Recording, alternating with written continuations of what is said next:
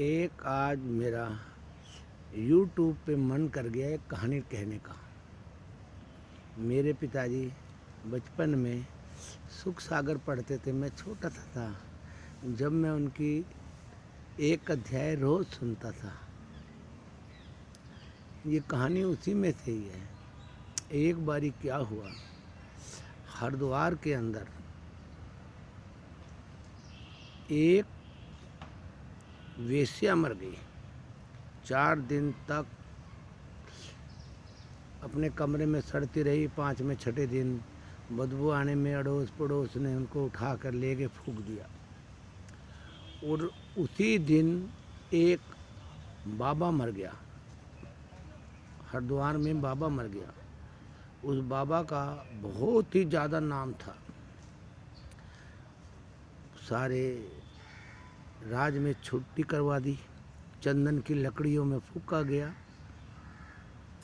चंदन की लकड़ियों में बाबा फूंका गया। सब दुनिया को बहुत दुख हुआ कि बाबा ग्रामी, नामी ग्रामी बाबा था, वो बेचारा मर गया। दोनों प्राणी ऊपर धर्मराज के यहाँ पर पेश हो गए। धर्मराज के यहाँ पर वो दोनों प्राणी पेश हुए। धर्मराज के जो नीचे काम करता है चित्रभुज, जो हमें मानव को जैसे कर्मों के नाश उनकी योनियों में भेजता है। बटन दबाया बाबा का बटन दबाया उसने कंप्यूटर का। तो क्या देखता है, इसको तो घोर नरक में डालना है। 2 बारी दबाया, 3 बारी दबाया उसने। और जाके फिर बोला, धर्मराज जी ये तो देखो कितना संसार में कितना वो रहा था, इसका कितनी इसकी मानता थी, कितना था। चंदन की लकड़ी में फूंका गया और ये कंप्यूटर बता रहा है कि इसको नरक कुंड में डालो। उसने कहा, तेरे को जैसा कंप्यूटर बता रहा है ना, हमारे यहाँ रिश्वत नहीं चलती, रिश्वत वगैरह नहीं चलती हमारे यहाँ पे। हमारे यहाँ जो एक बारी बन गया ना, वो हिसाब चलता है। तो इसको फटाफट बटन दबा के, जहाँ नरक में तो नरक में डाल दे। बटन दबा के चला गया। अब उसी दिन मरी थी वेश्या, उसका बटन भी दबाया गया।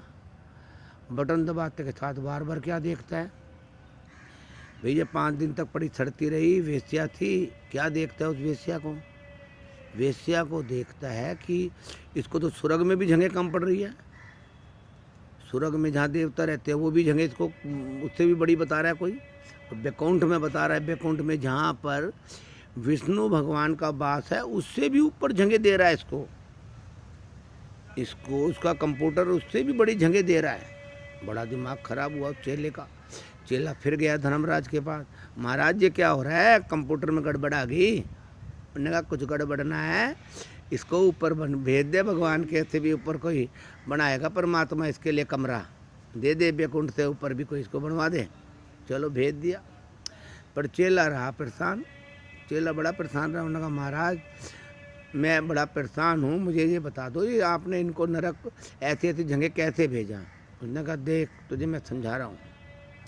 ये वेश्या थी ना, ये किसी के अच्छे घर के अंदर किसी की वाइफ थी बढ़िया। एक लड़का हो गया, एक लड़की हो गई इसको।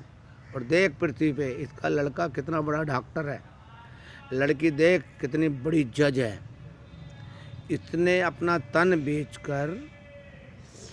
बेचकर उन दोनों बच्चों को अच्छी शिक्षा दी और उनको अच्छी जगह उनको काम लगाया। पर इसने मरते दम तक भी अपना इनको नाम नहीं बताया। अपने पति का नाम लिखवा दिया इसने, पर इन दोनों बच्चों को पालन पोषण कर इन्होंने मरते दम मर गई, पर अपने कलंक नहीं लगने दिया अपने बच्चों को। ऐसे ही बोले परमात्मा है ना, पूरे ब्रह्मांड को चलाता है और उनका भला करता है, पर अपना भेद नहीं बताता। बोला इतने मानव होकर उससे भी बड़ा कर। तन का क्या है, वेश्या हो चाहे वेश्या हो, उसमें तो कोई फर्क नहीं पड़ता। तन तो एक दिन जाना है, माटी है। उन्होंने कहा, देख समझ में आ गई, अब तंग मत करिए, भाग जाओ। उन्होंने कहा, महाराज इसकी देखी जाएगी, इस बाबा का भी बता दे। उन्होंने कहा, बाबा का सुन ले। बाबा बड़े अच्छे योग सिखा रहा था, बड़े अच्छे कर्म करा रहा था, सब कुछ है ना। दिन भर अच्छी बातें करे था, दिन भर अच्छी बात करे था। बाबा ने कोई कर्म गलत नहीं करा। पर जब ये इसको जो कुछ बोल रहा होता था ना, जहाँ पर कोई सुंदर लड़की दिख जाती तो रात को इसका मन डोल जाता, सोते हुए इसका मन डोल जाता। दिन में कोई गलत कर्म नहीं करता, पर रात में गलत कर्म करता, सपने दिल डोलने की। मन इसका रात को इसके काबू में नहीं रहता। रात को ये जो भी बुरे कर्म कर सकता था वो ये करता।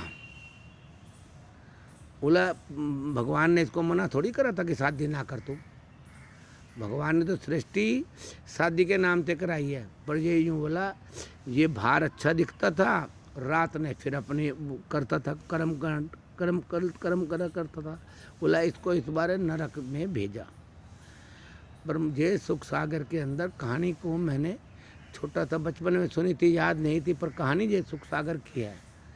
तो जैसा इंसान कर्म करता है, जो भी धर्म कर्म भी गुप्त रूप से करता है, वो वैसे ही फल पाता है। मेरे को बचपन में ये कहानी थी, दंड जरूर मिलेगा, जैसी करनी करेगा, चाहे कोई जीव हो, कुछ भी हो, उसके यहाँ पे रिश्वत नहीं चलेगी, ना उसके यहाँ चली और ना चलेगी।